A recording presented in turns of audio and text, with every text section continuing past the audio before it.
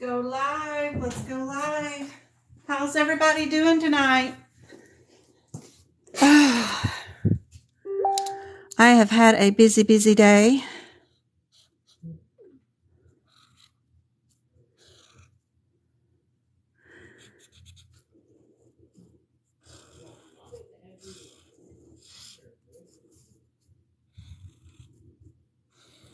How's everybody doing?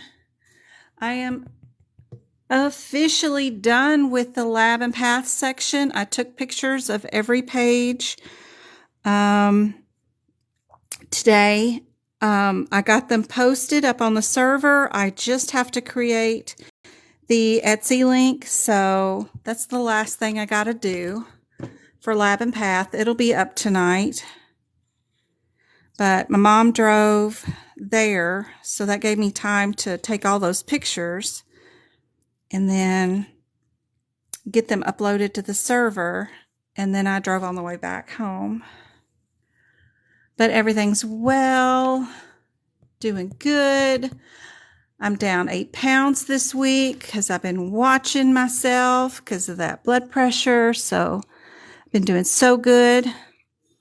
And I can even get my ring back on my injured finger from last year when we went to Disney when I broke that knuckle.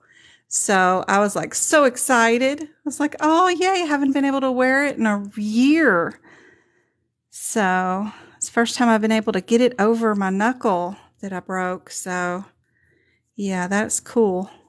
Today is a good day.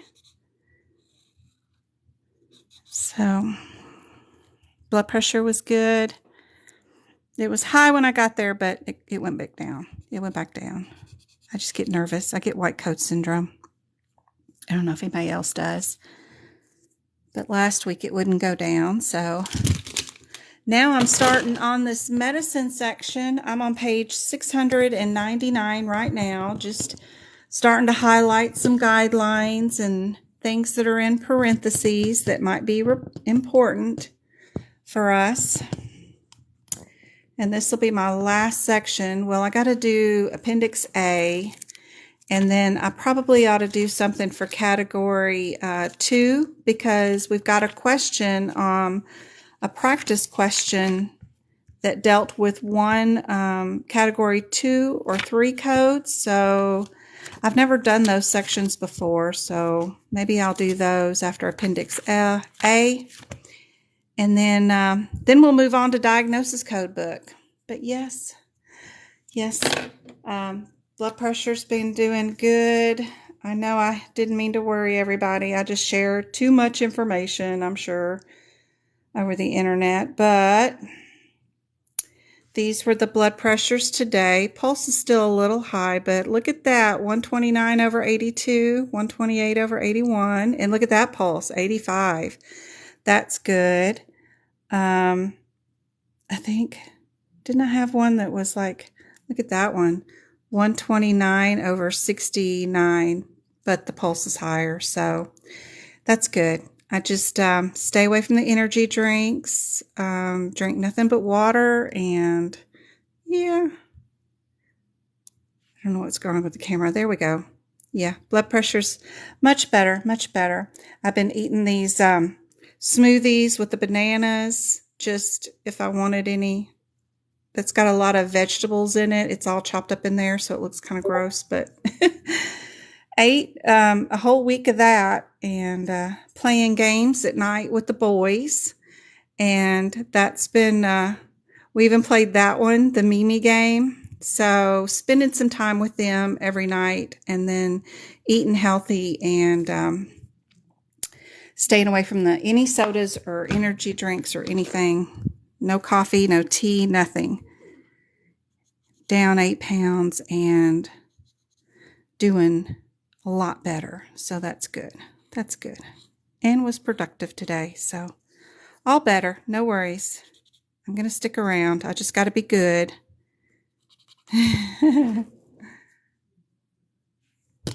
You're getting an autoimmune panel done tomorrow. Best of luck, Jess. Air conditioner ducts can create a lot of bacteria and mold, so you might want to check those out too. Yes, I am feeling much better, Go-Kart. Much, much better.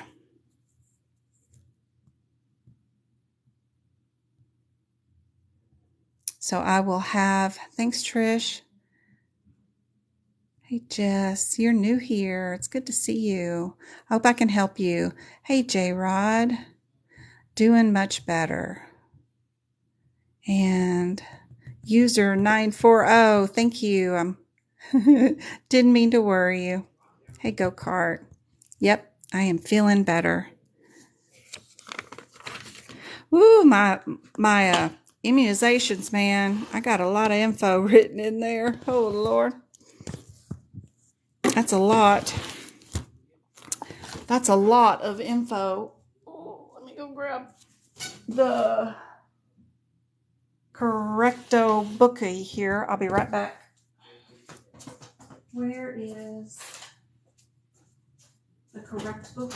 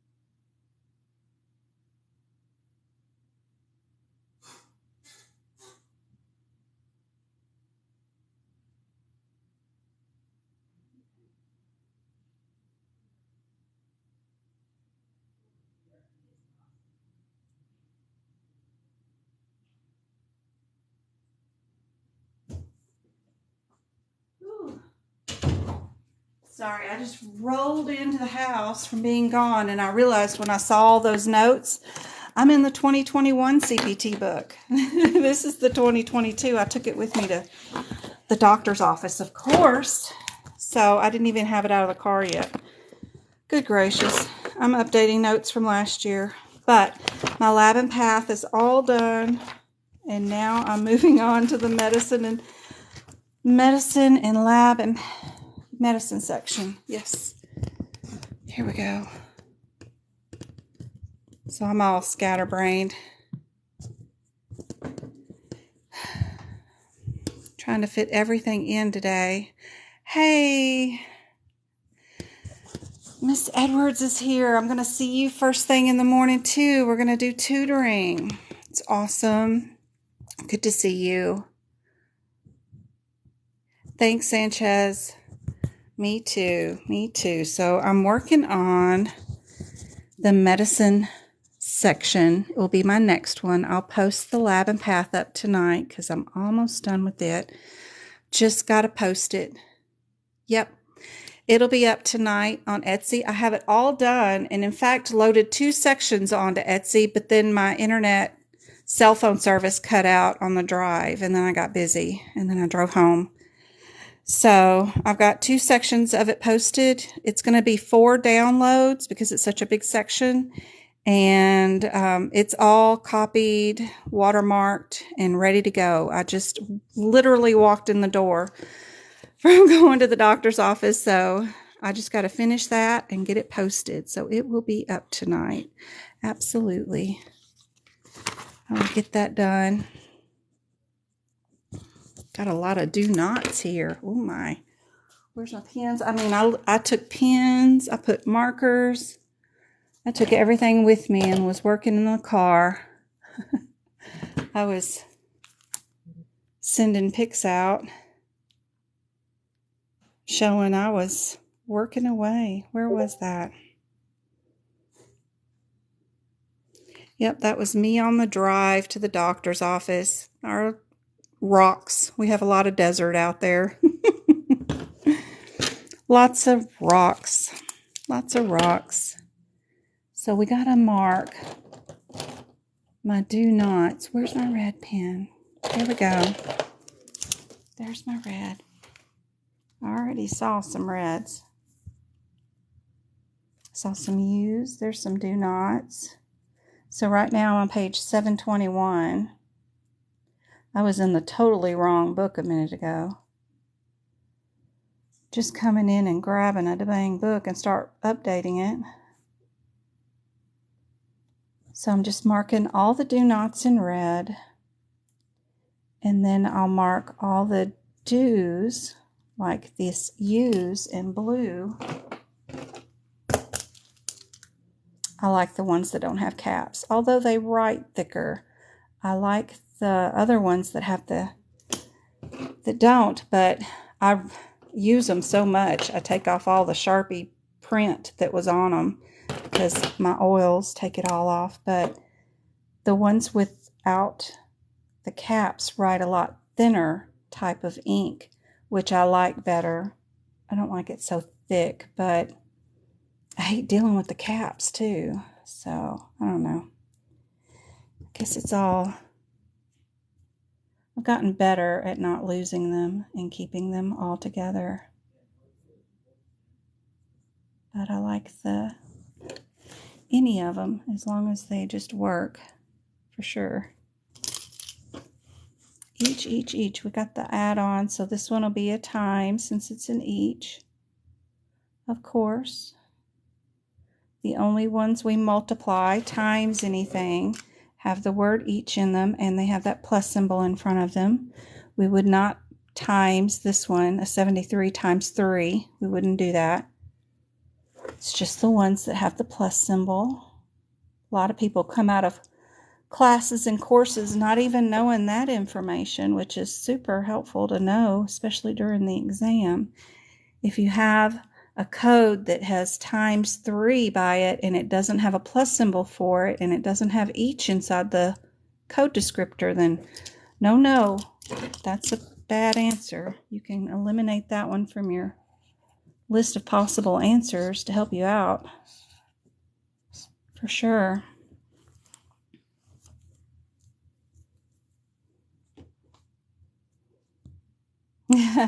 Marianne, good morning, she says. She's here.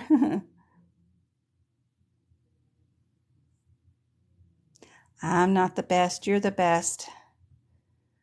Hello, Miss Jen. Were you able to update what's on the exam? No. And I told somebody last night I was doing it too, and I didn't do it. I have not done it. Keep yelling at me about it. I've got some new information that somebody sent me that I've got to do. Got to put on there and get it sent out. Keep fussing at me. Keep reminding me to do it. It's the only way I'll keep worrying about it. I mean, I worry about it all, but just keep reminding me. I've got to update that. I got to fix all the out of sequence codes. So if you got a red code, you need to find what page number it's on and write it beside it, because they're just going to give you a range, and it's very frustrating. I couldn't find anything in the medicine or lab and path section when I took my exam online, and no one had told me to do that at all. So that was very, very frustrating. I couldn't find anything. I'm like, where the heck are they? And then I didn't have time to go in there. I mean, I ended the exam about 20 minutes early. I guess I could have, but I was too frustrated and tired by that time because it was the 5.5 hour long exam or whatever. So it was outrageous. I did talk to AAPC today during their live webinar. And I got confirmation, which I've called AAPC a couple of times about this, and they've always told me that's not their rule, but I talked to Alex today, says he seems to be the go-to guy for everything, and he said that if you are taking your CPC exam internationally, not in the United States, if you're in Indonesia, Dubai, some of those other countries, and you're wanting to take your CPC exam, you can't make any notes in any books, and you probably won't even be allowed to bring your own books to take the exam. You have to take the CPC exam with only still the 4 hours. I they should give you more time if they're not going to allow you to have notes. That just makes no sense to me, but I'll ask Alex about that again later. But if you're in another country and you're going to take your CPC exam, it doesn't do you any good to make any notes in your CPT book, because you will be given a CPT book to take the exam with, and it will be completely blank without any notes in it, because they've had international cheating of some sort, and that's crazy. But they confirmed that they are not allowing any international students write in their books. Now, in the United States, right away, all you want. And I know I did a TikTok recently about, I found these clear sticky notes, which are really cool because they're transparent. And I have this, this anatomy book that I really like. Oops, I'm pulling off the back side, but these are transparent. You can see through them, so it's really cool. But if you have an anatomy picture in another book that you like, what do I do with my anatomy book? I don't know what it is. Oh, there it is. So I had somebody in my household, my sister's husband was taking medical surgery tech school, and he got this anatomy book, and he left it at my house one day and never took it back. Anatomy and Pathology, 5th edition. It's the world's best anatomy charts, and they're just charts. And I like charts because they have small little bios that describe stuff. So what I did the other day was I wanted to move this ankle fracture or sprain over to the book. So all I did was put this transparent thing, then I drew on this, and then I moved it to my CPT book, which is not, sorry, my sliding all over the place today. I put it in my musculoskeletal book over here on my Muscle Man, which is kind of cool because it can be moved, but then when you have it down, you can't even tell it's there. But I know we're not allowed to use sticky notes in our book. The thing about the sticky notes is you are not allowed to create more writable space. And with normal traditional sticky notes, if you stuck that there, you could write notes on here over the top of all their writing in the book, which you can't cover up their writing in the book. You can highlight it, and you can write stuff in any available white space for the CPC exam. So what I've done here with the sticky note, I have not created more writable space. I use the writable space with a transparent sticky note. Technically, I don't think this will get you in trouble at all. I'm just going to make it available on my notes for next year, that when I do some anatomy pictures and I want to draw some more stuff that I'm not too good at, I can trace it and then transfer it over just with this sticky note that I can cut into little pieces and just put it in the available white space. But I'll ask Alex and them with AAPC and make sure that this is legit, that y'all can do this for next year. But I thought it was a great idea. One of you guys sent me a TikTok showing me this idea, not for the CPC exam, but just in general for making notes. And I thought it was great. Before I went on vacation, I went on and ordered them, and then they got here because I was having Travis draw all my anatomies pictures. And so now that I don't have to get him, I can just trace them myself and move them wherever I want them. But I will keep in the guidelines and make sure that they are on just available writable space in the books. But anyway, that is called a, whatever that is. You probably can't even, linversion sprain. I don't know. I was just playing around. I will make sure my handwriting looks a lot better in the permanent version, but I just thought it was cool and thought it was a great idea, and I'm playing around with it to incorporate it for next year's notes, of course. Oh, But I don't see a problem with it at all. I couldn't see that AAPC would fuss about that at all, because I'm not making any new available space to write on by covering up any of the book's current material, which is why they don't want you to have sticky notes. So anyway, I'll ask Alex and then the next webinar. I filled up my quota of questions today with the international question that has been bugging me forever. And I've been trying to get a hold of somebody at AAPC, and they say they don't know why it's like that. That shouldn't be like that. But then when I talked to them today, and they were like adamant, nope. Anybody internationally taking the exam will have to use completely blank books. But I'm like, y'all should give them more time then. They should have another hour added onto the exam if they're going to take completely blank books. That's rough. Okay. Have you seen or looked? Hey, Negan. Yes, I am feeling better. Thank you. And I have to update what's on the exam. Yes, yes, yes. Have you seen or looked at the CPC exam questions in the 2022 book in the Coding Expert by Vinny? I think I have. There's some typos and repetitive questions, and a couple of the questions are wrong. What I've been doing is going into Vitasource, and I've been buying all the books with questions and answers in it. Like somebody told me to get the Bucks workbook. This workbook one has practice questions and stuff, which I did, and I'm looking through it right now, and then I have one more. With all the practice questions. That's where I got this week's, where was that, E&M match that we did on Monday. We did this E&M match, and I got it from there.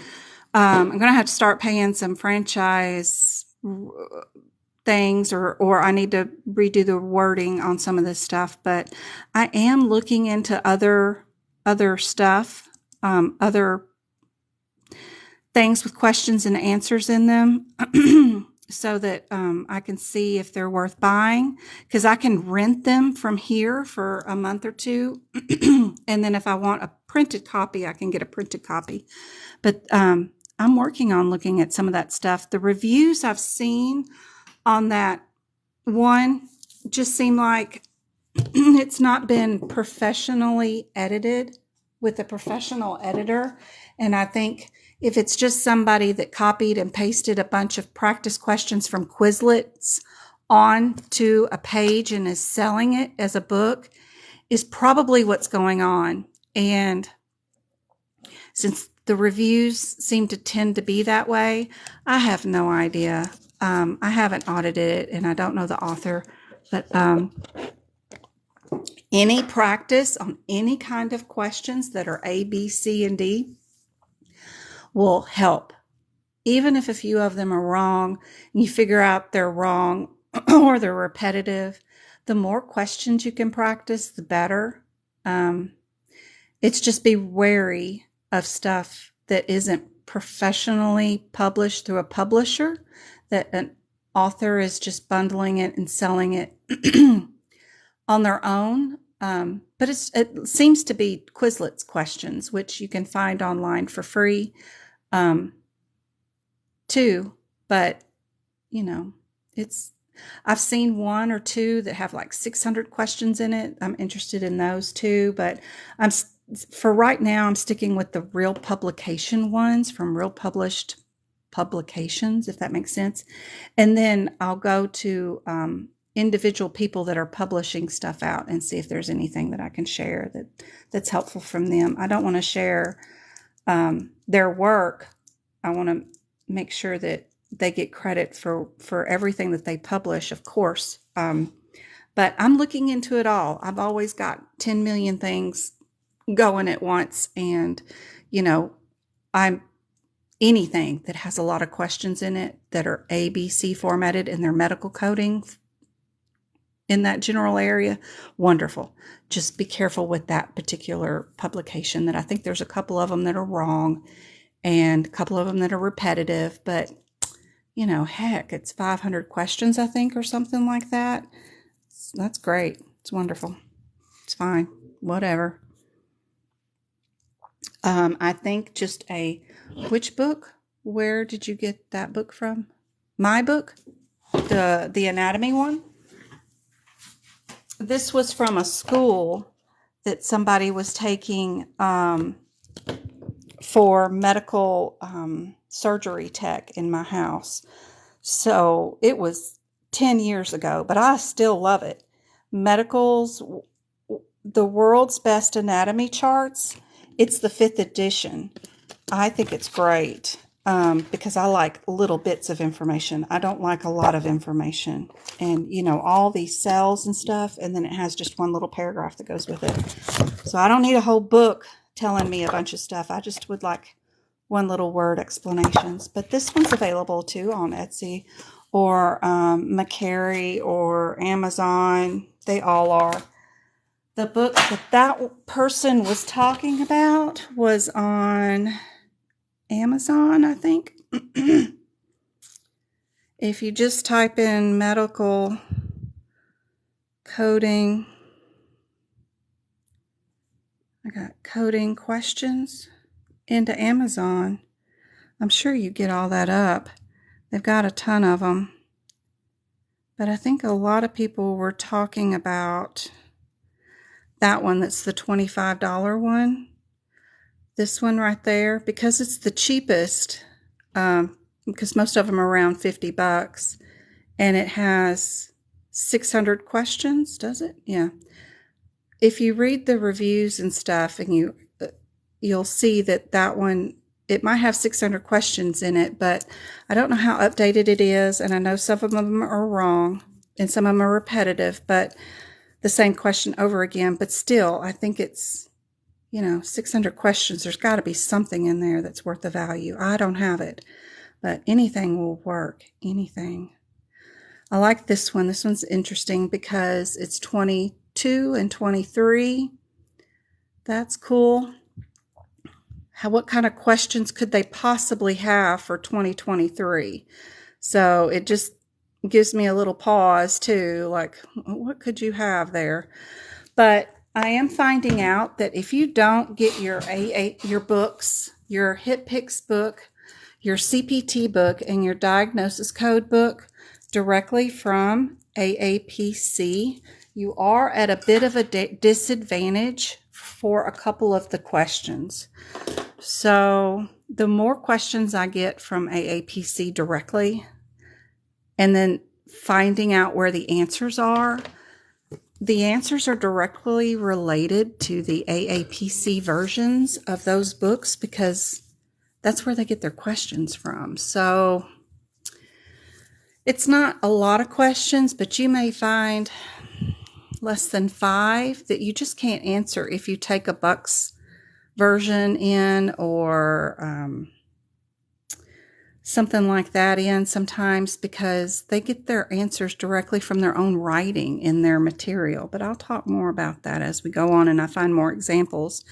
Somebody else was letting me know today that they are going through my lives and those questions that I'm sharing, they're finding that the answers aren't available in their HitPix or whatever book. And it's true that AAPC writes these books in a certain way with certain notations, everything that's their guidelines and stuff that they put, and even their coding tips that are every so often, those coding tips specifically, especially in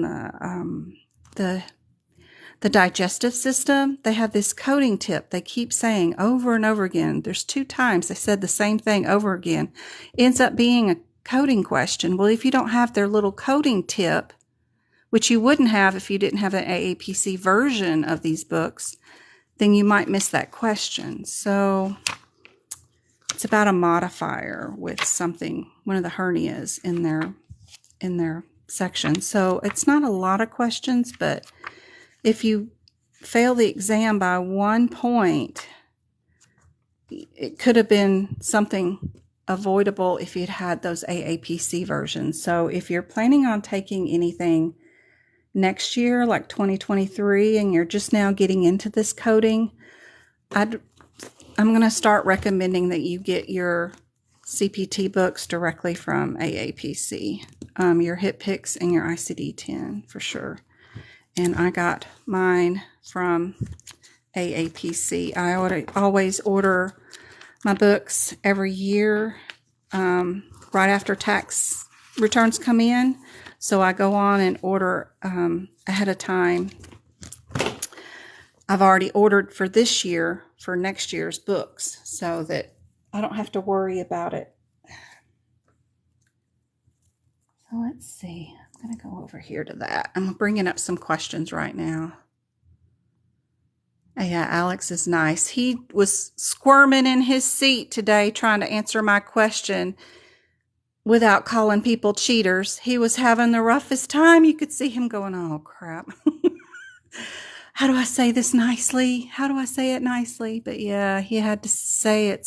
And I know he felt bad about having to say it, but I'm like, I needed to know because I've got a lot of people that I tutor or mentor and they're international and they can't write in their books, or they write in their books all up until the exam.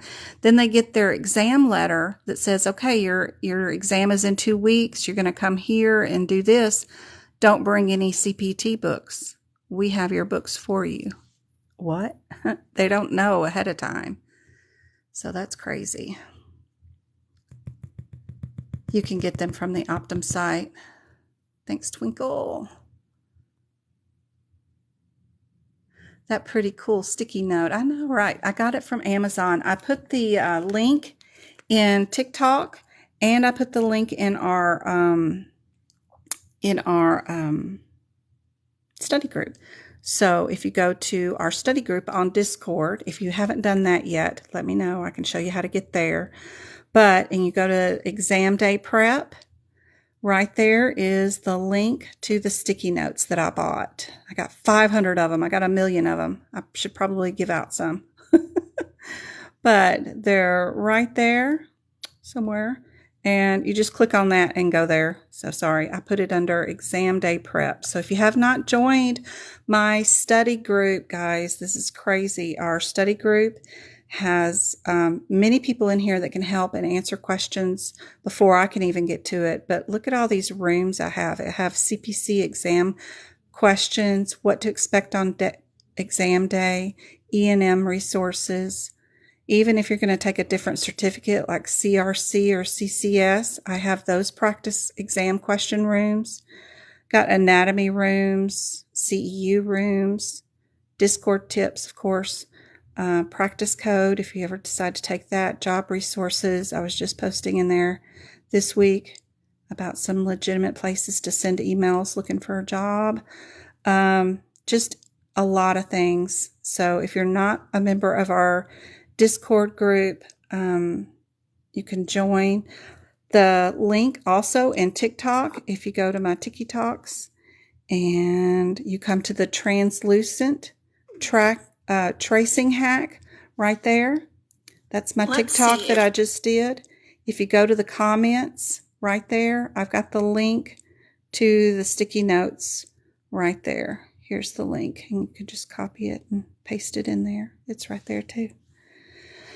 Medicalcodingbyjen.com. You can also go there, go to my social media page, and click on the link to join our Discord group. And you can also go to CPT Book Prep page, which will show you everything that I'm doing here to prep your book yourself without having to buy my notes.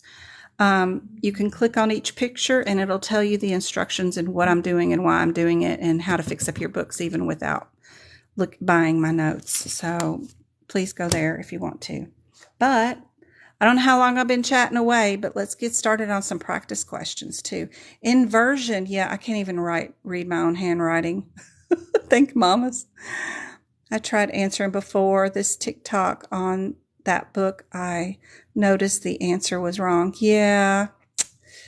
So you have to be careful with that book. How do you like the Bucks so far? I don't like the Bucks so far because it's not multiple choice. It's all fill in the blank. And that defeats the purpose because it doesn't help me practice the CPC exam. So I really don't like the Bucks so far. I don't. There's nothing in here is A, B, C, or D. It's all fill in the blank. So, or matching. So it's not geared toward the CPC exam. It's more geared towards coding, but it may give me some ideas for some practice questions that I can make up myself. But there's no A, B, C, or D. It's all fill in the blank. I hate it. Actually, sorry, Bucks.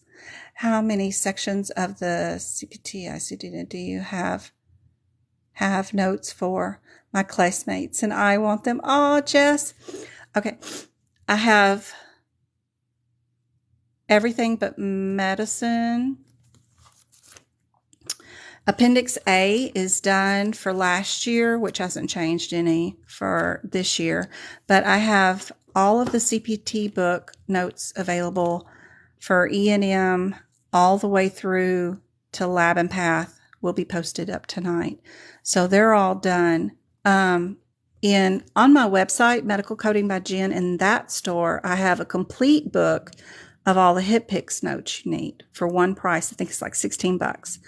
And then I have one section of the ICD-10 book there for $6 with all the diabetes guidelines, whether it's pregnancy, all the gestational diabetes, all the juvenile diabetes. It doesn't matter whether you had your pancreas taken out. I've got all the guidelines listed for that one for $6 there on that website. I'll eventually get everything moved from Etsy to the website because I can make bigger bundles there. I just got to find some time to bundle them and get them over there and move them. That's all. So HipPix and ICD are over there. If I have a section posted on my website, it is a little bit cheaper than it is on Etsy. On Etsy, I have everything available. You can use the coupon code if you want to buy a bunch on Etsy, like more than 2 or 3 or whatever. You can use the coupon code 30%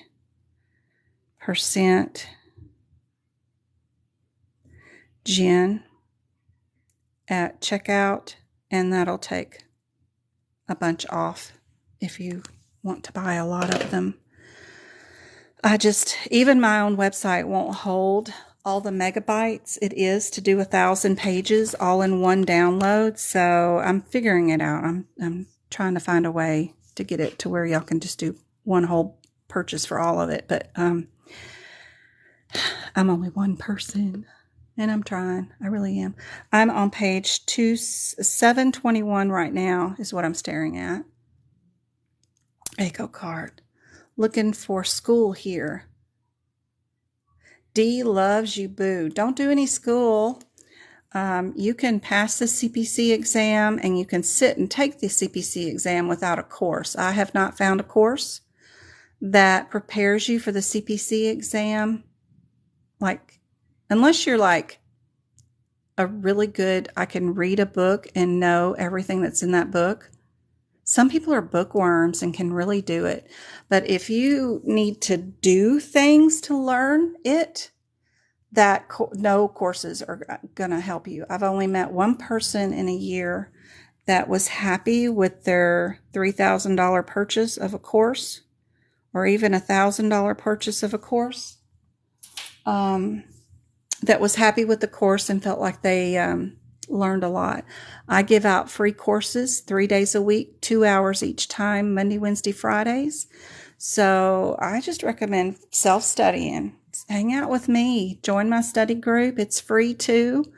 And practice questions with me. All you need to do is pass that exam. And I teach you from the exam's point of view how to pass the exam. You can learn to code on the job because even the course is not going to prepare you for a job. You will have to learn how to code differently for every medical group that you work for, and they'll train you for all that. None of it is in the book anymore. No one owns these things. It's all computer done for you, and word searches just like Google searches, but it's in the computer EHR. No one codes like this. And what they're going to teach you is how to look and index and code things from indexing, and it's just not going to be helpful. You won't need any of that for a real job. You will need to learn your guidelines, and I make them relatable to you so that you can learn them and know them as we go through each section, taking practice exam questions. You're very welcome. M is very welcome. Thank y'all, Tammy, for the shares.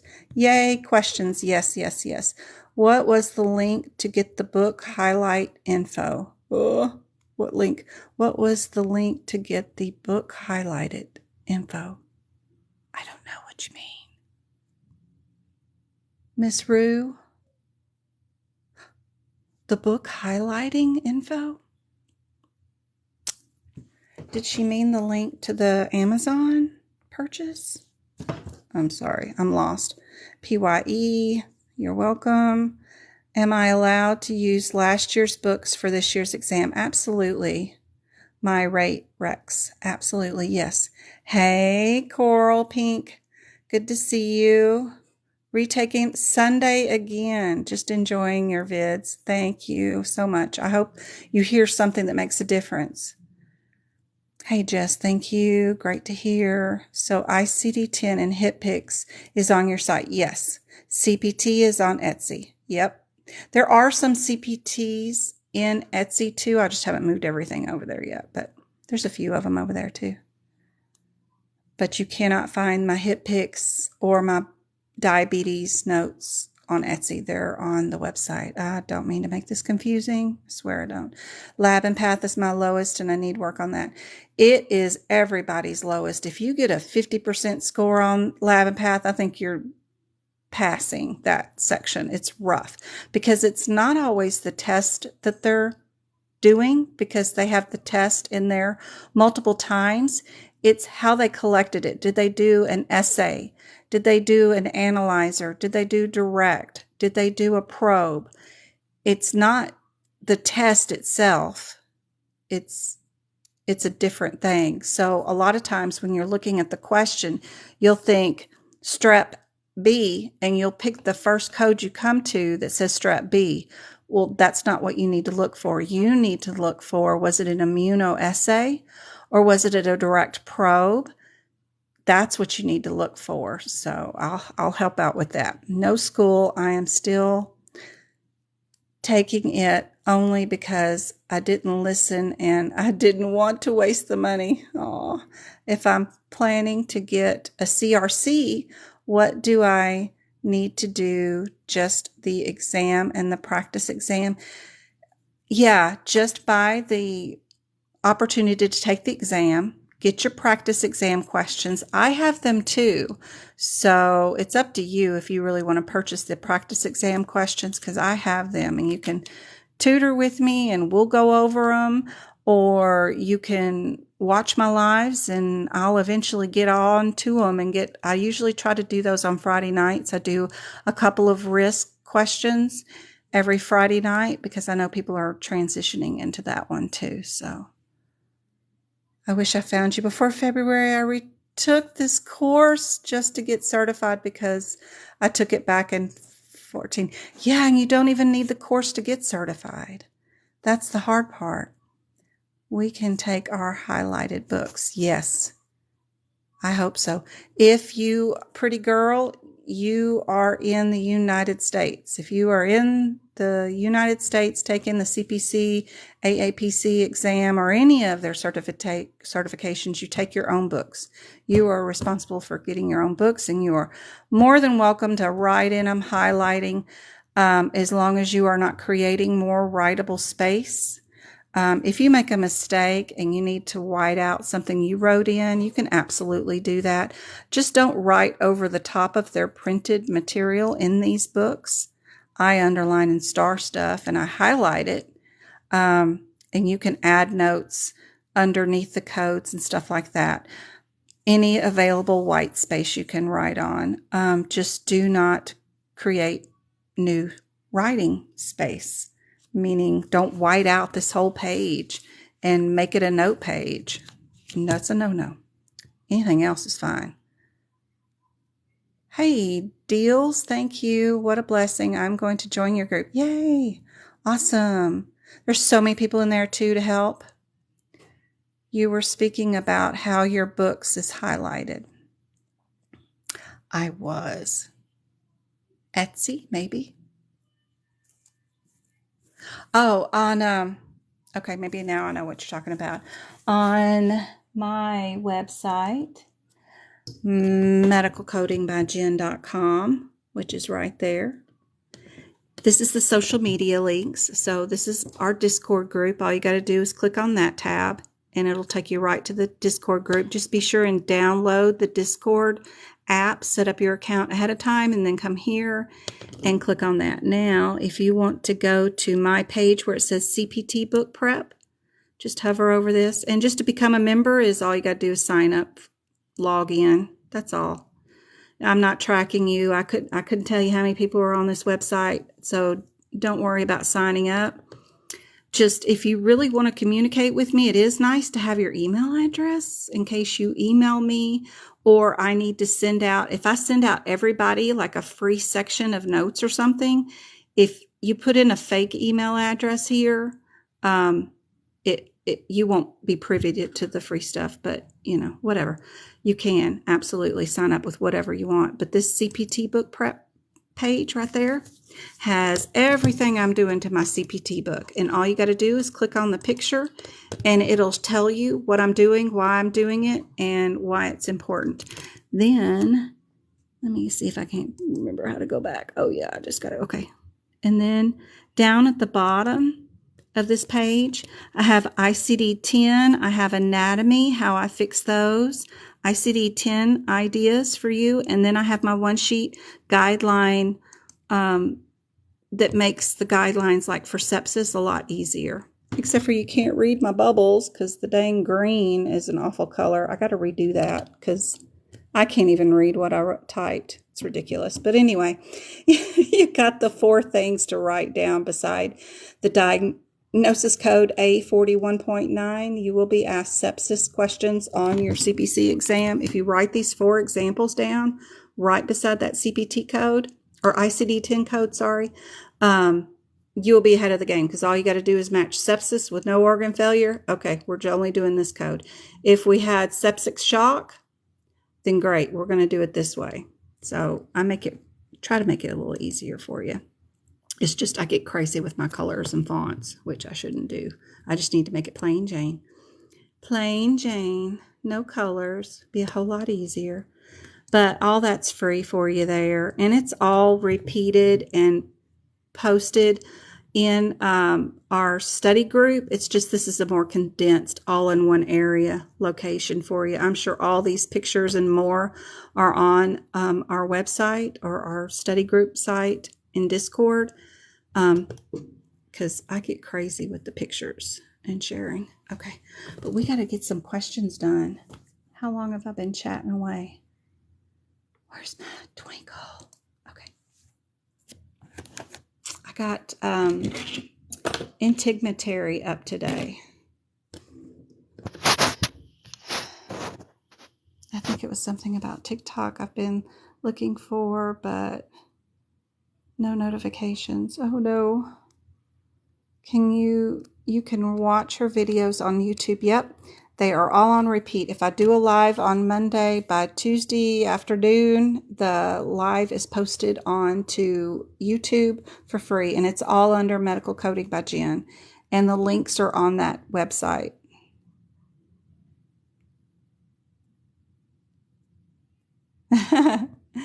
Jess has been talking to me on Facebook for 2 days.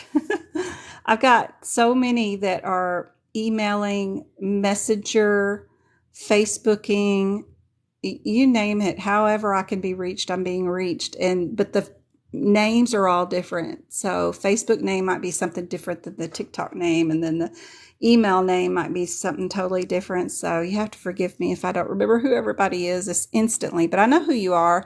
It's just combining all the conversations into one. PYE, do you have a code for your website not on Etsy? I don't. I did have one on it at one time. It took 25% off, but I don't know where it went to. Maybe it went off, but I got to figure out how to put that back on. So I did have one. It was one on there, but I think it's gone now. Just enrolled in your third trimester. Good job, Chelsea. If you need any help, let me know. I purchased all the 2022 notes. Goodness. Thank you. Praying this time I pass. Short by 1.1%. Oh no. I'm so glad to hear that the videos are helping you out. The people at my school took a course, told me that the course was required to take the exam. They did lie, Annie. I'm so sorry. You don't need anything. You can walk off the street without a high school degree and you can take this CPC exam. You can. Now, they recommend all this stuff, but you don't. You don't need none of it. And their website says that. You don't need anything. You can just go right in and pay to take the exam and go take it. Absolutely. I'm sorry they lied to you. Dang it. 50 minutes. Thank you, Twinkle. I joined the Discord, but missed the meetings. You got there late. Hey, MK, how are you doing? So good to see you. I missed her tutoring on Monday because of the blood pressure thing, so I'm looking forward to our makeup session sometime soon. Who am I doing? I'm doing like so many tomorrow because I pushed everybody to Thursday because I knew I had to go to the doctor today. I got Miss Edwards, Nicole, and one more tomorrow. One more. MK, we're doing Friday, aren't we? We're doing Chrissy. I'm doing Chrissy, yeah. And MK is Friday. MK is my Friday day. All right. You're my only one besides Miss Edwards, so you'll be good. And then I got Chanel on Saturday. Sunday, I've got Shanine. And then MK again on Monday. And then Tuesday, I got Kendra and Sheen again. And Natty on Wednesday. And Miss Edwards is every day. Every day. No matter what. Every day. Yes. Got you Friday and Monday, MK. Thank you, Go Kart, for saying so. I wish I could put more out of my head into them. If I don't just stop and release them, I will just keep working on them forever. That's my hardest part, is just to let go. I am doing the online course for billing and coding. They came for them. And they came for them. They came for what? You are doing fabulous. Aw. Thank you so much, Go Kart, for saying that. Okay. Let's do some practice questions here. So, remember, don't be reading that question. If you're reading that question, you're in trouble. Let's go to the just already, because it's full of propaganda, things that will be there to confuse you. What you're supposed to be doing is looking at the answers to look for similarities. We see two of them that are 190, and then one that is 191, and then one that is 192. See, the hardest part of taking this exam is to untrain yourself to take an exam like you've been taught since grade school, where you read the questions and then read all the answers. We don't read the questions at all. A lot of times we can find the answer just by looking at this set of codes. Like this one might be an add-on code that we can't code as the only code for today's visit anyway. And then the other two codes might have some sort of exceptions of all sorts that you can't use them. So it would end up being the first answer only because of what we see in the CPT book. But let's go look at our 1900, whatever that is. See what's going on. What is that code?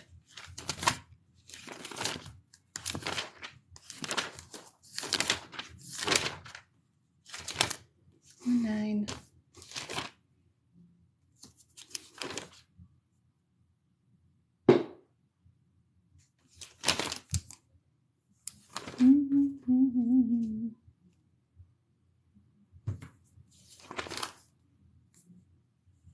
Yep, our 1901 is an add-on code. That's funny.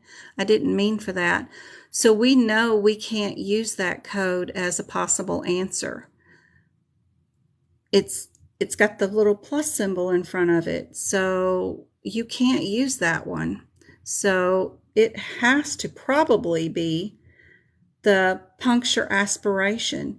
They're wanting to know that if we understand the symbols in the CPT book, that means you can't code this one as your only code for the day. This is an add-on code. It's an each.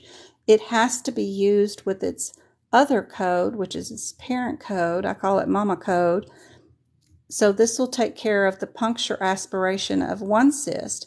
Then this will do additional cyst, but you can't just code the additional cyst. You have to code the first cyst first. So we are doing a puncture aspiration of a cyst, and it does not have multiple. So we know our only answer is this one. What I did to answer this one is I looked for similarities. These two are different because of the third number. Third number is a 1, third number is a 2. Those are different, but these two have the same third number. So I knew it had to be a reason why they picked out this one.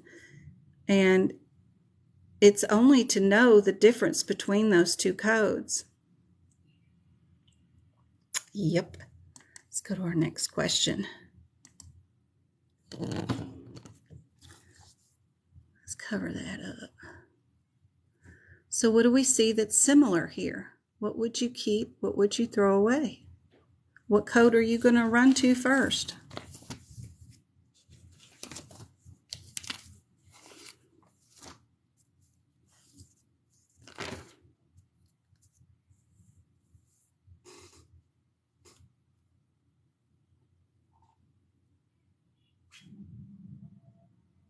I like that plan, guys. Tammy and Todd got our T's rolling tonight.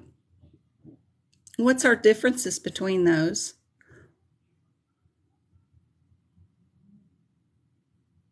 One word differences. Correct, D. What's our differences between the codes? Just getting to the numbers isn't helpful, but what's our differences?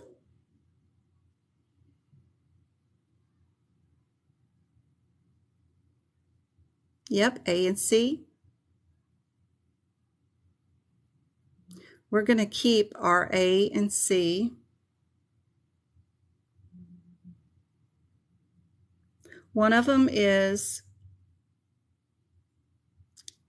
yep, Tammy's got it again, complicated. And the other one is simple. When it's complicated, that means it's requiring like a primary closure or something like that. Also, does anybody know where this incision and drainage is located? Where is the PILONIDAL cyst located?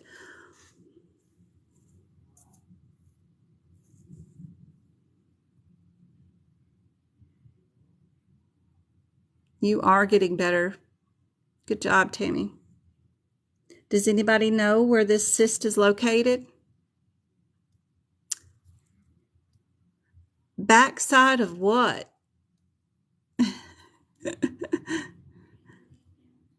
Tailbone, almost. So that's what I wrote above it, was tailbone.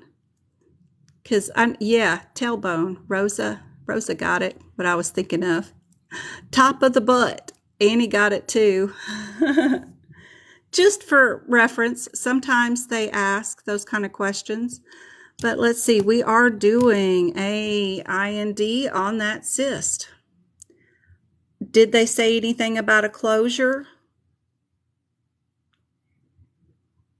Just an incision and drainage. If they said something about a closure, we might do the 81, but since they just said it was simple, yep, super simple question, we will just pick that one. Yep. Easy peasy. All right. Oh my. 30 skin tags from a patient's neck and facial area. How are we going to code it, guys?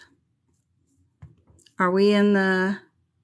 We have the same answer in A and C. I always get pulled to those when that happens. These two are different, but these two are the same. We just need to know if we need to add on the times 2 or not based off the numbers here. So let's go look at this 112.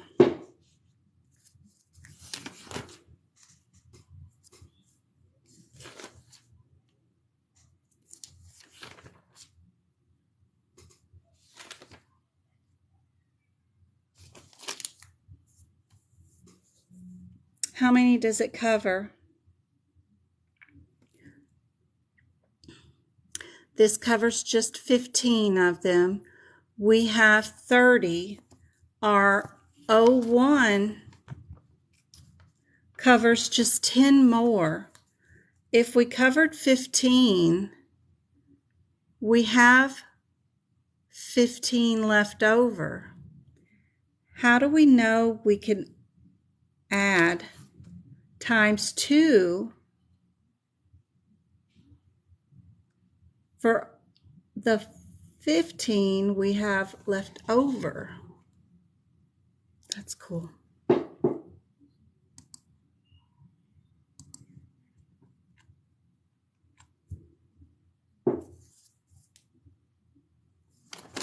And on 100, yep, we're going to use that in conjunction. I was just wondering if they said anything about, does it need to be 5 or more to be able to do the 201 times 2?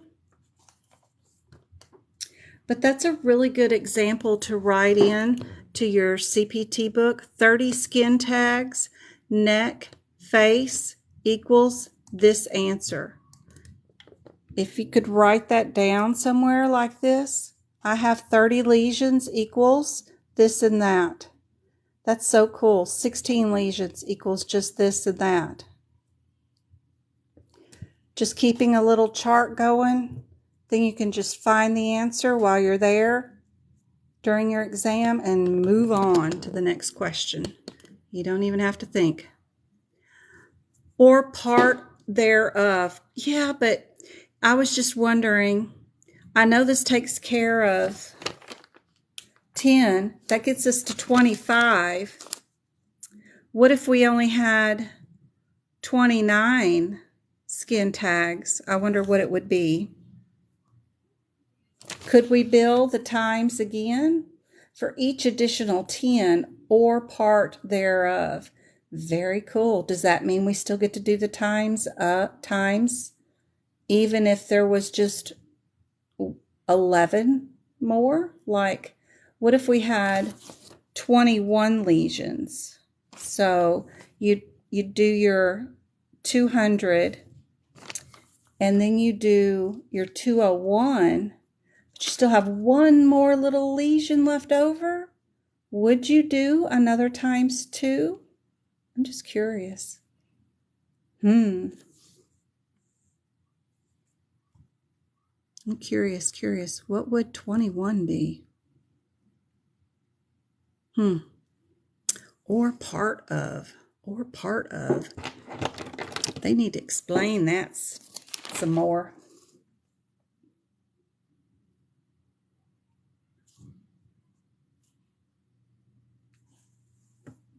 I think, just to me, I'm always asking questions. Rules. Yeah. Well, as I find the examples and find the right answers, I wonder if they'll say it over here in this explanation. They give you a god-awful explanation. Blah, blah, blah, accounting for the remaining 15. So the correct. I wonder if they say anything. Oh.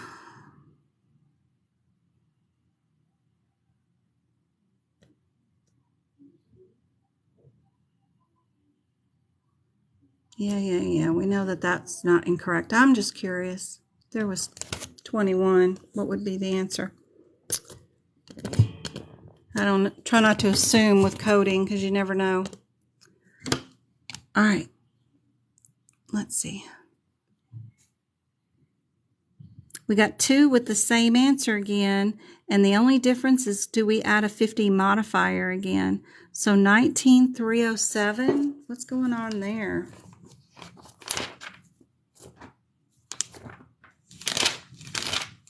Somebody was asking me about some 1900s today. Could we do them in the live?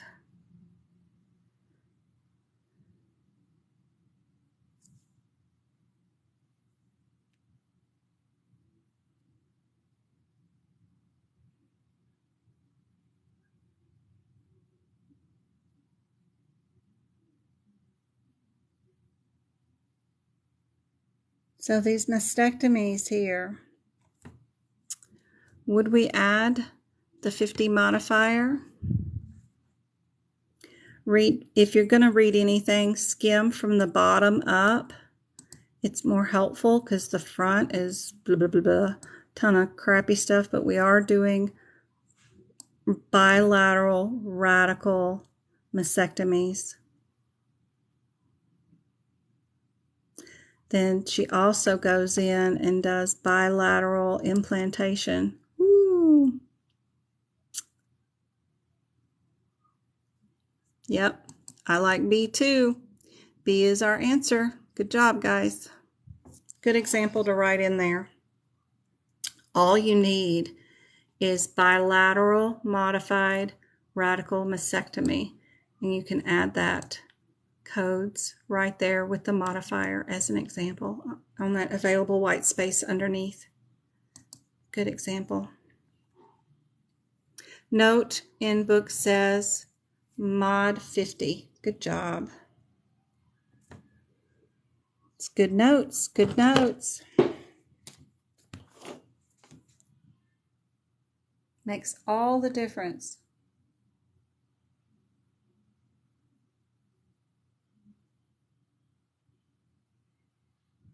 Getting a drink.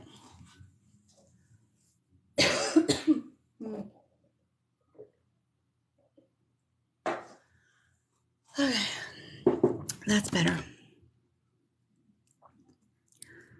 All right, do we see any similarities? I like the 51 and the 52. Those are closest, right? 158, 51, 158, 51. I should have covered up the question so y'all couldn't see it. 158, 51, and then 52. They're both codes. One's a dressing change and one is a removal of sutures. What are we doing? We're doing a bandage change. And that's our 5-2, right? With anesthesia. Ooh. Yep, it does say under anesthesia. Very good. Good job.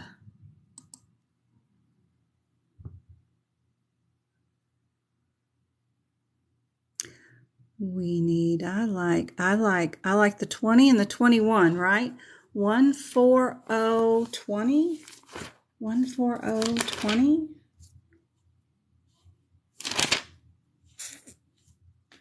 14020. We're doing adjacent tissue transfer.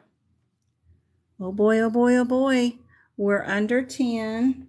Are we under the same part of the face? Where is it? Where is it? Upper arm? We are. Arms, legs, and scalp. So Yeah, I like our 20. What do you guys? Y'all like 22? Yep, I like 22.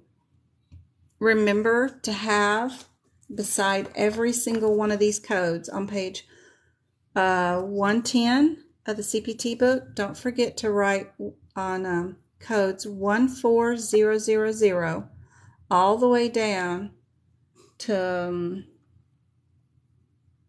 all of them. The 14301, they all include an excision. Just because you're transferring tissue doesn't mean you didn't do the excision. Don't add codes to these. These are by themselves big surgeries. They include the removal of whatever, and then they include moving tissue from another area to cover up what you just removed. So all these codes includes an excision, all of them. Muy important. You will get an adjacent tissue on the CPC exam. Probably not this easy, and it'll have additional codes as possible answers. So only one CPT code. When you see the word, drill it in your head. Adjacent tissue transfer. Write it somewhere, anywhere in your brain. Adjacent tissue transfer, one code. One code does it all. We do not have multiple stuff there. Took me forever to learn that. Yes. Very good, MK. You can type it out better than I can talk it. What would TBSA be used for? Is it to help, to measure, to measure? That's what I look for, similarities. It is to measure, right? I know that much.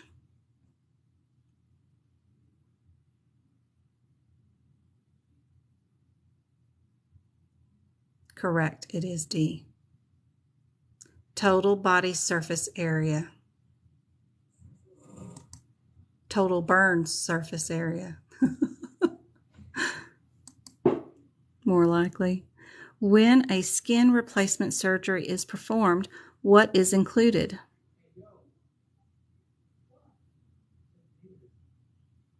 Does it include surgical preparation and skin harvest? Surgical prep? These two are the same. These two are different, individually different. So I like similarities.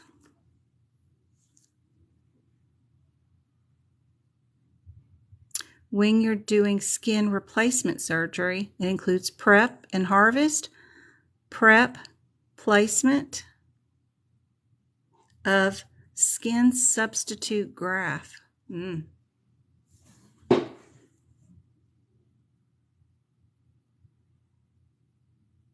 Y'all are all saying B?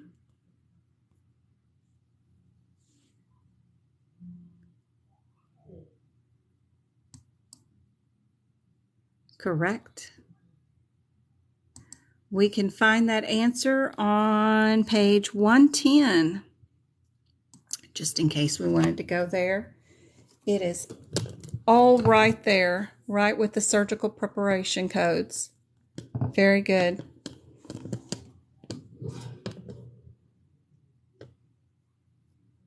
How would a coder select the correct code to bill an excised benign lesion? Are you calculating or are you measuring? That's your first decision. Pair them up, look for similarities.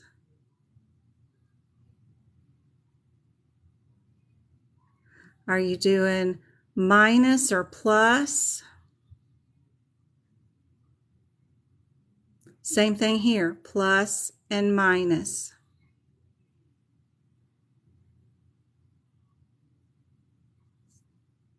It gets crazy confusing. MK says A. The greatest, how do the coder select and bill an excised lesion, benign lesion? Margins are usually included in malignancies. We're talking benign.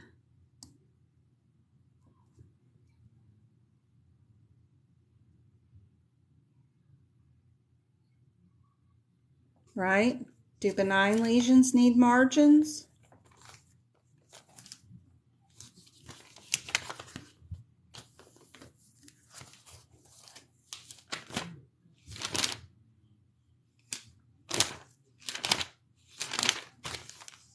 Benign lesions. Okay, they're divine. A measurement of the lesion plus margins is made prior to the excision. You are correct. We can go to our benign lesions. We can see that they are doing margins around all of these. And we can see our highlighted blue area right here. The measurement of lesions plus margins is made prior to the excision.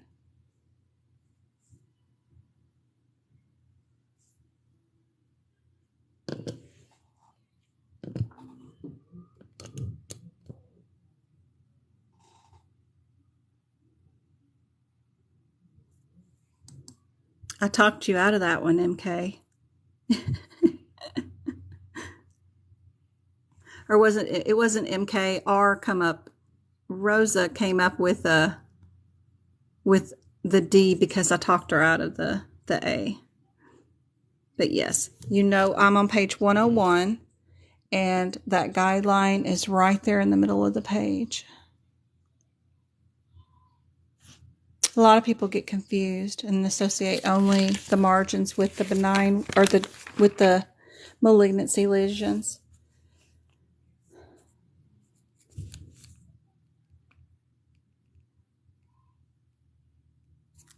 There's the measurements for this one, plus the margins. It's both, same for both excisions. All right, what looks similar? 86 and 81 are closer than the 05 and the 21. Are we doing breast? No, it says various body systems. Fine needle aspirations are in the front of our book. So I bet it's a difference between the 05 and the 21. That's our very first codes. Is there no ultrasound? There's no guidance. If there's no guidance, it's going to be our first code, isn't it? Because our fine needle aspirations are our first integumentary codes in the very, very beginning of the book. Ooh, where are we at? We're on page 93, and they start out, actually, with the larger number 10021 first, which has no guidance whatsoever, and then our 5 starts out our guidance, where we use ultrasound here, fluoroscope here, we use CT here, MR machines here. So it's funny how this one's not listed as out of sequence, but it's freaking out of sequence because I don't know. Yeah. Yep. Very good. Perfect.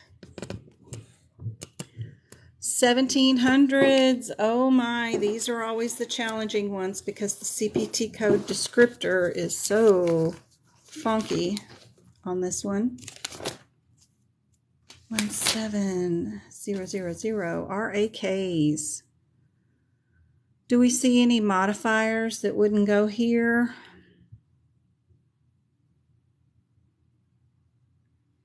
Anything that looks abnormal? Would we ever code the 1700 with the 1704? Would that be a situation that we can do? Yeah, MK is correct. We can't use the modifier 51. And also A, these two codes we would not code together at all. That is a coding irregularity. If you want to write notes in your book to say no, no, that is a no-no. Now you've got it broken down to just two answers as your possible answer. And it's either the 04 or the 1400. The only thing that you need from this question to figure out what the answer is a number. And that number needs to be 15 or more. If anything is 15 or more, we're going to be right here. If the number is less than 15, we'll be right here. Yep, we're all under pre-malignancy. So what's our number? 4 pre-malignancies on the leg. So 4 more, that's 8. Is that it? Is that the only numbers I see is 8?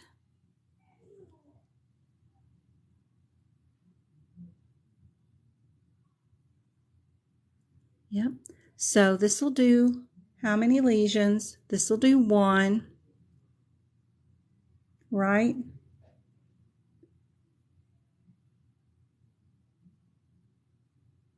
This last 4 is going to be for follow-up in 2 weeks. So only ones that they did today in the office is just 4. So 3 plus 1 equals 4. Yep. Y'all are correct. Yep, yep, yep, yep. Yep. And I've got a running thing with this one too. So if they remove 3, it equals times 2. If they remove 10, it equals times 9. You could put if it's 4 equals times 3, whatever you wanted. You could keep a running tally right there. That's what I like to do. Thank you for all the love. All the little hearts. How many did y'all do tonight? Sorry, Mac. 4,000 almost. Yay. Y'all are awesome. All right. Let's see what's going on here.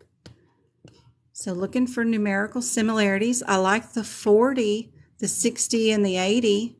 Let's go see what's going on with those three. 17340. Right here under other procedures. Cryotherapy, chemical, or radio frequency, which is what electrolysis is. It's a radio frequency, by the way. They use it to remove hair. B is an unlisted code. Yeah, I wouldn't even consider that as a possible answer because for that reason. Unlisted CPT codes are generally not a valid answer on a CPC exam question. Sometimes they'll use them for the diagnosis codes, but not the CPT codes. Very rarely. All right, so what are we doing? We got chemical exfoliation. So which one's for chemical?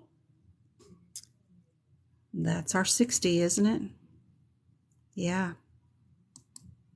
Very good. Perfect.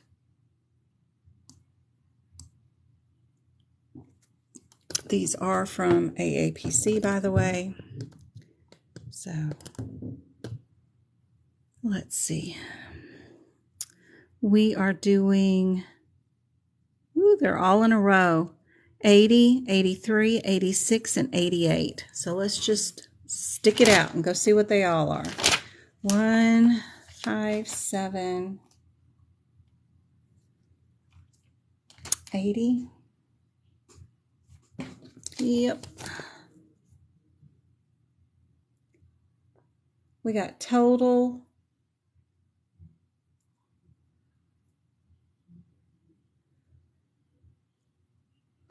Superficial. Total superficial. Abrasion. Chemical. What are we doing? Dermabrasion.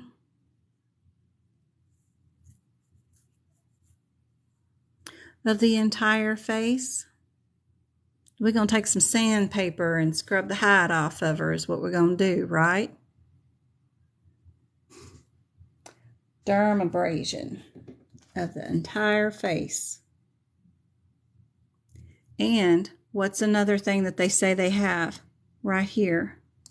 What word, which CPT code has that word in the CPT code descriptor? That says single lesion. This says entire face. For the 86, it says single lesion, but the 80 says total face, even though they both have that K word in it. Hey, Bells, how's it going? Good to see you. Yep, B is correct. Good job, Go-Kart. Thank you, Charles. Charles's mom for the follow. Thank you, Bells. Thank you for the finger hearts. Those are cute. I think they do something. That's cool. Kill them with kindness. That's right, 88. I gave the back office girl today a gift card for P.F. Chang's restaurant, and she was so happy. She was so happy to get it today. I had her check in my blood pressure so many times last week when she had a waiting room full of people in the waiting room, and she, you know, they're just like little nurse visits. She was so patient with me and kept taking the blood pressures last week, so I brought her a gift card this week, so to make up for the frustration over me coming in multiple days for blood pressure checks last week. So I like to kill them with kindness too. Which of the following circumstances would not call for a debridement? Infection? I think we do debridements a lot of times in infections. Injury? Well, if you get, you know, thrown off a motorcycle or something, you're going to have a bunch of rocks and glass on you. We're going to debride some stuff. Fractures? I even see them do debridement on fractures. There's a section for that in the CPT book. Chronic ulcer? Good Lord. There is debridement for fractures. Let's see. What code is that? What code is that? I've got one code that does debridement for fractures, and I've tricked y'all before on a question with that one. So, where are we at? Debridement. Right here, code 11010 is debridement including the removal of foreign material at the site of an open fracture or open dislocation. That's debridement. 11010, debridement. Infections often need debridement. Well, I don't know. They need irrigation. Would they need debridement? Ulcers need irrigation. Would they need debridement? Ooh, tricky. But I would keep injuries and fractures there because I know there's actual codes for those. Debridement. We have debridement for necrotic infected tissue. Remember the gangrene question that we had? So that is under codes 11004. We have debridement of infected necrotic tissue. So if we eliminate these three, is it just chronic ulcer?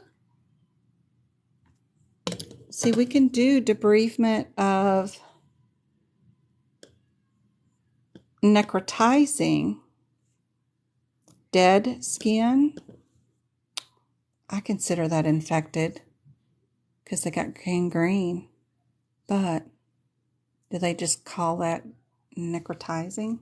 It's cool. They are saying the answer is fractures. You are right, MK. This question will turn into debridement. Let's see, typical answer code, subsection, injuries. They're saying on page 95, which is crazy because we have a code for fractures.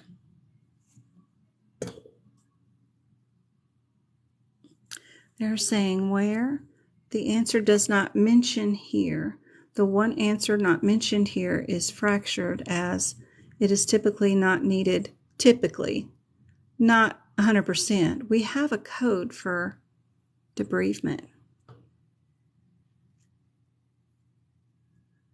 So what was their question? Which of the following circumstances would not call for a debridement? Well, then why do you have a CPT code for fracture debridement? That's so silly. What a tricky question. What a tricky question. Where do they say you're looking at? The description code. Injuries, affected wounds, and chronic ulcers. It says that somewhere.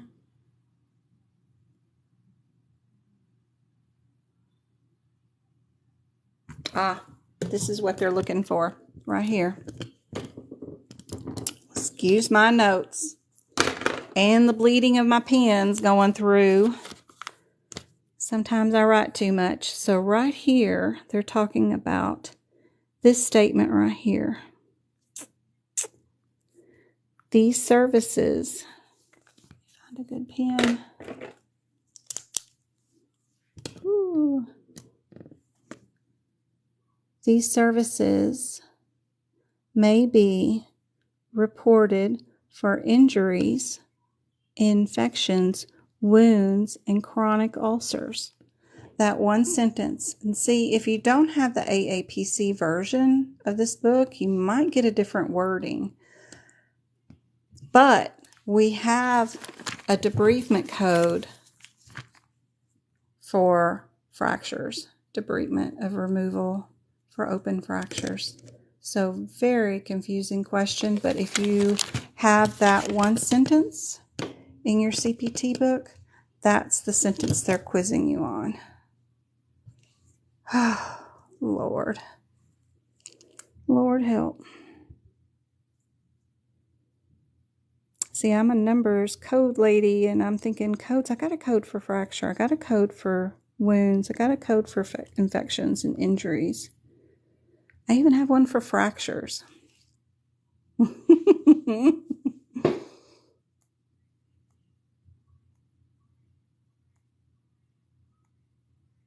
Yeah, the question doesn't say anything about open or closed fractures. It just says the word C fractures.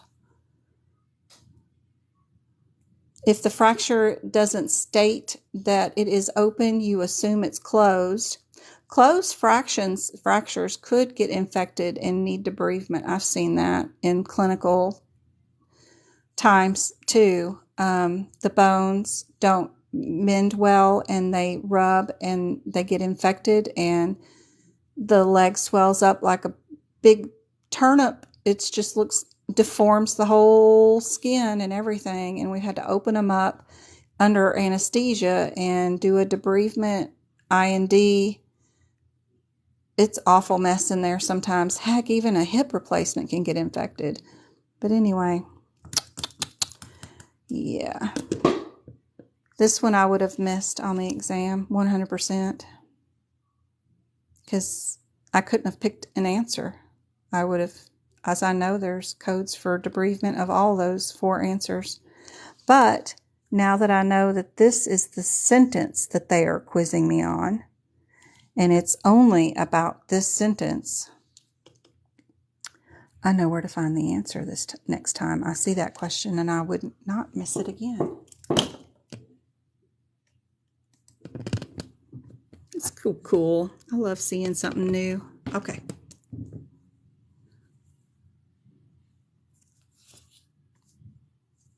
We'll never forget it. Good job, Annie. Please, Lord, give me an angel with an easy exam. Yes, please, MK, you need exam A or B, A or B, A or B. And I have got to update this thing, what has been on the exam the last 45 days. I got a post lab path up that I'm going to work on what has been on the exam last 45 days, but I've got so many people to tutor in the morning too. Who have I got to tutor? I got to tutor people I don't know too. Who am I tutoring tomorrow? So I got to make sure I know what I'm doing for them tomorrow. Who am I doing? I know I'm doing Miss Edwards in the morning. That's easy peasy. She knows how to code. And then Nicole and Chrissy. Yes. Nicole, I have not tutored before, so this will be our first time. What am I going to do on her? I have no idea. She didn't say.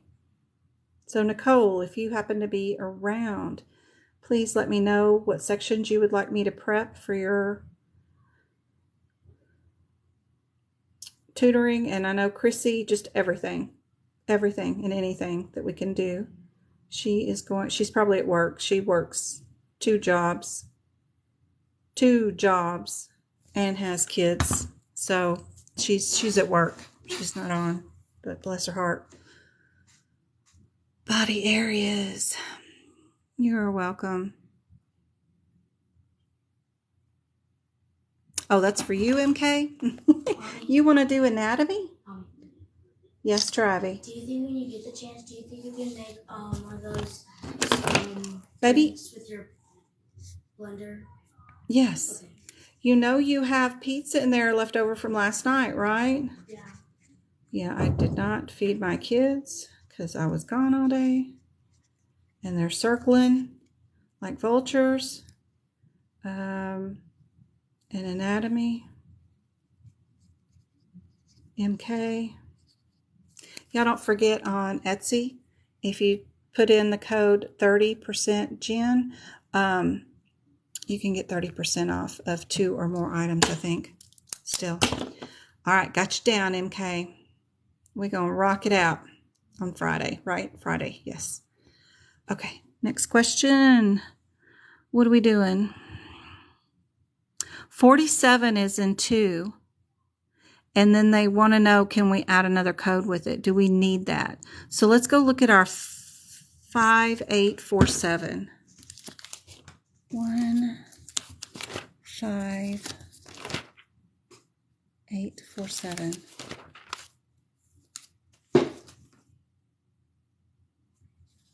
So I'm just doing these codes with you. So it's an add-on code, right?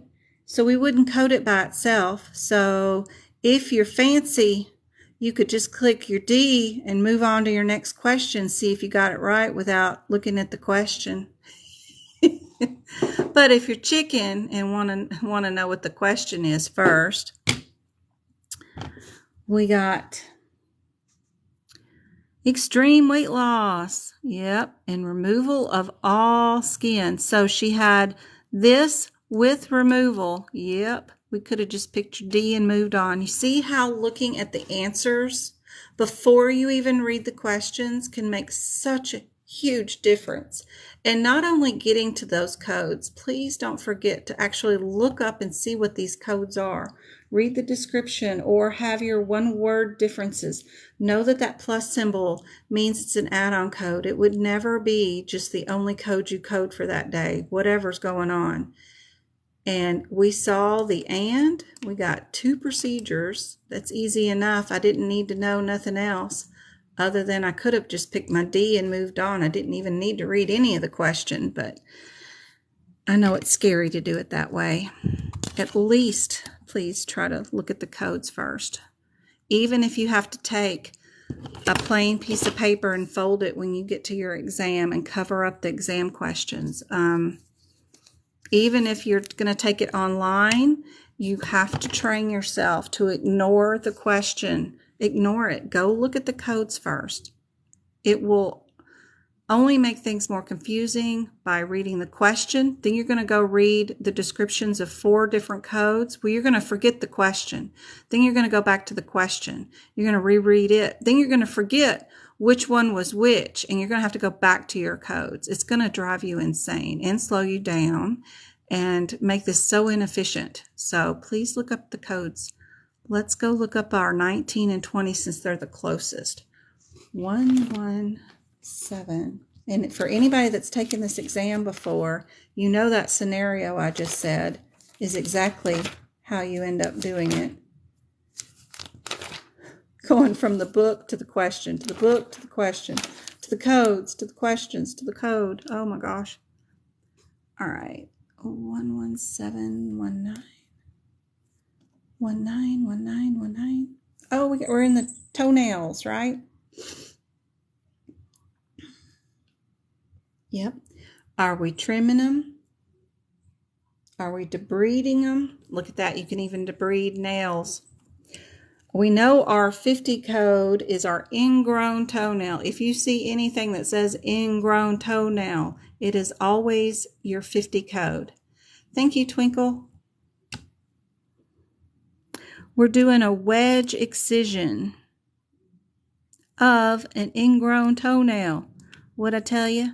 Your ingrown toenail is always answered with,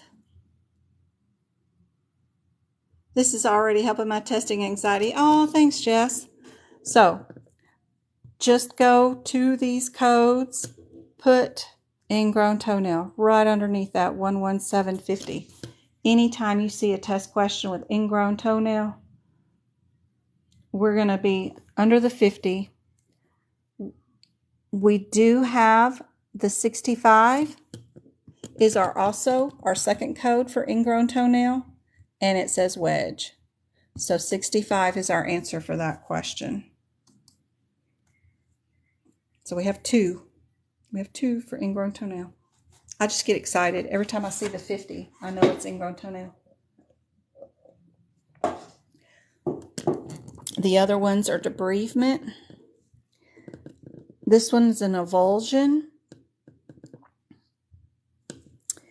And then the 40 is a hematoma. You know, where you drill the little hole in and make the black blood underneath the nail pop out? Yeah, that's our hematoma. And then we've got our ingrown toenail, starts here at 50. And then they skip and do a biopsy, a repair, and a reconstruction before they do another ingrown toenail, which is silly. And that's our 65.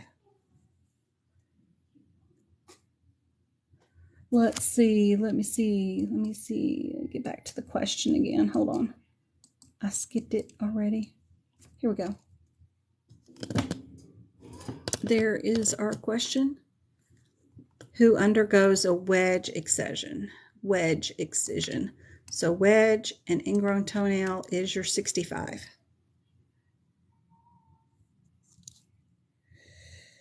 Is your 65. And we're going to cover up that question. And we're going to go to right here. So we've got 2 34s. All we need to know is if we can add the 42 or not to it. But don't go to the 42 yet. We got to go to our 1234 and see what's going on with it first, because any rules to use this code with another code will only be located here. So 12034. I make it look easy, but please, you got to practice these questions. If you don't have AATC's practice questions, I'll show you where they are. Some people buy stuff from AAPC, like a course and stuff, but they don't know they have access to these questions. I'll show you where to look for those in just a second. If you don't have access, please come to the Discord group and practice the questions that are in our Discord group room, because we've got a bunch of them in there. Practice the ones on Quizlets that are free. They're not always correct 100%, but still you can practice them, and then post them in our CPC group, question group room, and ask questions if you don't understand why the answer is what it is. 12034. Alrighty, anything over a 7.6 is going to go into this 3-4. Is there any do nots or do's to add something else? No, not really. Let's see what our question is.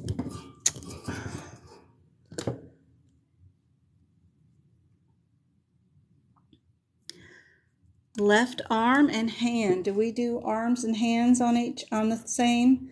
Nope, we don't. We do hands and feet, starting with the 41 code. And we do our extremities, which is our arms, which is crazy, on the 31 codes. So we will need 2 codes for sure. And let's see if that 34, the 34, is it over a 7.6? Yep, we got an 8. Yep. And then our 41 is less than 2 centimeters. Ooh, does that match? Does that match? Do we get in the match on that one? We got our 34, y'all are saying? Can we do hands and feet?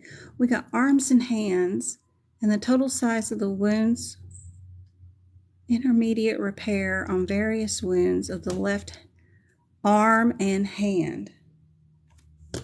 See, I got notes that say hands and feet go here, but our extremities go here. Hands and feet. And then I got trunk and extremities here. Yep. You got to be careful. Just because it's an extremity doesn't mean it includes your freaking hands and your feet. Isn't that crazy? It's insane. They do that throughout the entire integumentary system. They separate your hands from your extremities and your feet from your extremities. And then they don't even get me started on the face. Scalp is here. Face and ears and eyes are here. But then neck and forehead are all somewhere else. It's just a nightmare. They split up the face in all kinds of places. But anyway, I won't go there. But I think we need two codes. But I'm not quite sure. What about the 31? It only does 2.5. And we've got... Our arm is definitely an 8, which is our 34. And then we've got 3 centimeters on our hand, but this says 2.5 or less. I wonder what they say the answer is. Ah, it's the one right above, the 42. Remember? Yep, that one's the 3. Yep. Perfect. Oops, I skipped. Where's our answer is A. And we're going to go right here to our answer, which is answer A, which is our 34 with our 042, because the 42 covers anything over the 2.6 centimeters. And we had a 3 centimeter on the hands or feet, whatever. And then we had 8 centimeters on the arms, which is right there. Super fun. Super fun. Oops, I didn't mean to click that answer. Let's skip that one. I was just trying to cover it up. You like that one? I'm glad. I'm glad it helped. Yep, we needed 2 codes. So we've got 20 and 21 are awful close. So let's go see. 101. 101.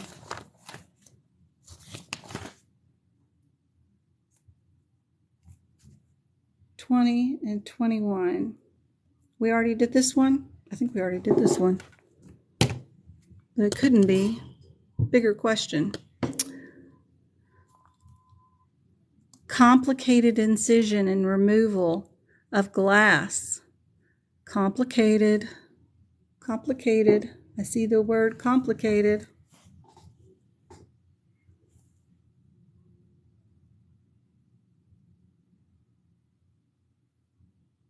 What kind of procedure? Did you irrigate? Or did you do an I&D? What did you do? It just says complicated procedure. Well, what procedure? Oh, an I and it didn't say I and D. It just says I and removal. So they used a different AKA term for I and D.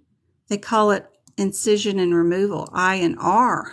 They get so funny with their trying not to say what it is, but it is. It's so funny. It's so funny.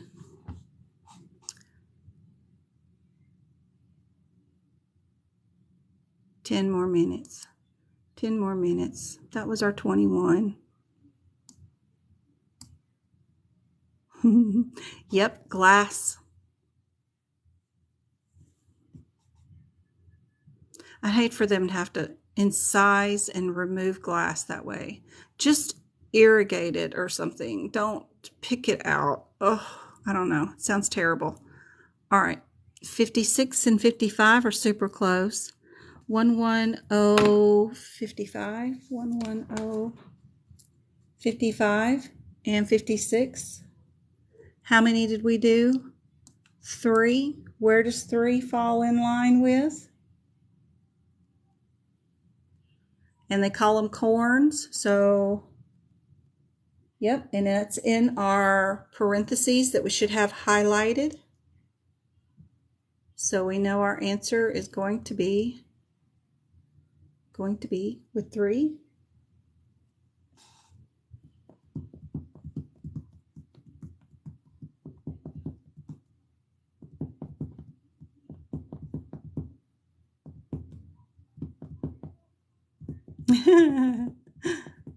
No worries. Yes, it's going to be A, R56. Yes, yes. Very good. Woo. All right. We did pretty good. Close the results. Our question of the day is a radiology one. 00 and 01 are the closest. 78200. Where is that? 78 radiology. 78.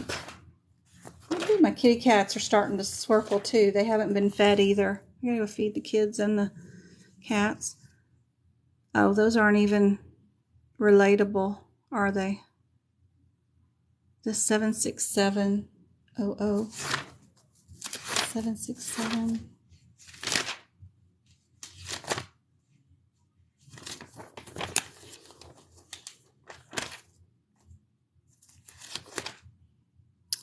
Seven six seven zero zero. Aha. Abdominal complete. Abdominal limited. What are we doing? Liver and gallbladder. What is considered limited?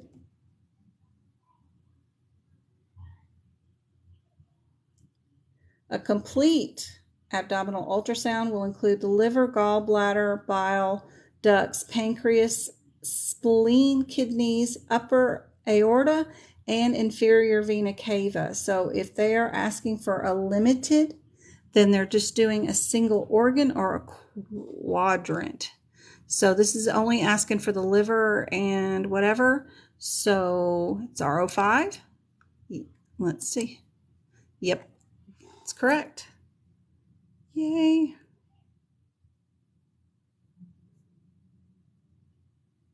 Does that make sense, guys?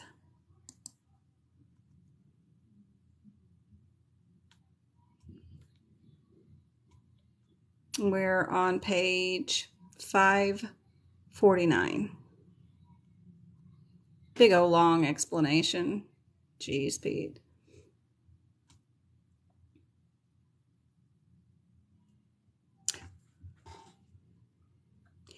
Yeah, you're gonna have to be a teacher, so I'm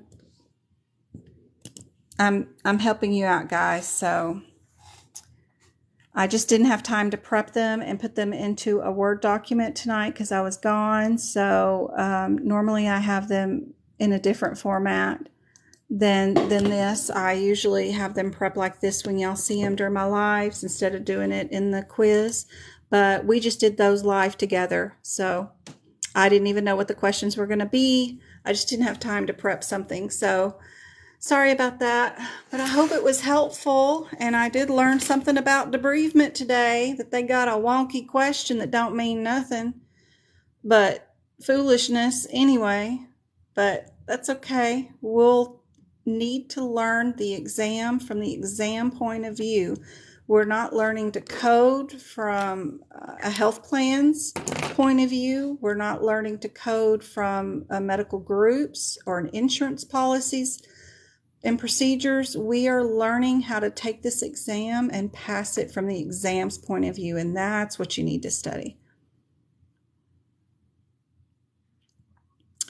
It was the limited, the 05. You are very welcome. Kill 'em with kindness. I love your name. That's an awesome name. All right, guys, I will be back on Friday night, hopefully a little sooner, 5:30 Arizona time zone, I think-ish. Who do I have to tutor on Friday? Just MK and Miss Edwards. So, yeah, I'll be on by 5:30 on Friday. Tonight, I will have posted the Lab and Path notes of my Lab and Path section, which, you know, I know y'all been waiting forever for these. I just have been trying so hard to make sure every little note that I can is added in here. I'm never happy with the results. I'm always wanting to put more. At just some point, I have to let go and let it go, but I hate to do that. I have so much notes for you guys on every little thing, so hopefully it's not too much and overwhelming, but I hope it's very, very helpful, and I will post that tonight. Get what has been on the exam updated. It's going to take me a few to go through all the Discord, the emails, and the messenger messages of the new updates from this month and last month to update it. So I can't guarantee it tonight, but tomorrow, yes, I will definitely get that email out. I will let y'all know on Discord when it goes out so that you'll look for the email. If you've previously purchased that item, what has been on the exam last 45 days, it's on Etsy, but you only need to purchase it once, and then I resend out all the updates every time I update it. So I will get that out. If you don't get an email after you see that I posted it, let me know. Just send me your email address. Let me know you purchased it on Etsy. That would be great, because that way I can keep all the email addresses in one location and see why I missed it, because I go through the Etsy orders and put all the emails in there individually. So if you email me on Etsy, that's the best location, because it's all in one location for me. But I will get that out tomorrow, and I will see y'all again on Friday night. You're very welcome, guys. I hope this is helpful. MK, I see you on Friday. Good night, guys. I really appreciate it. All 30 of you. Y'all are awesome.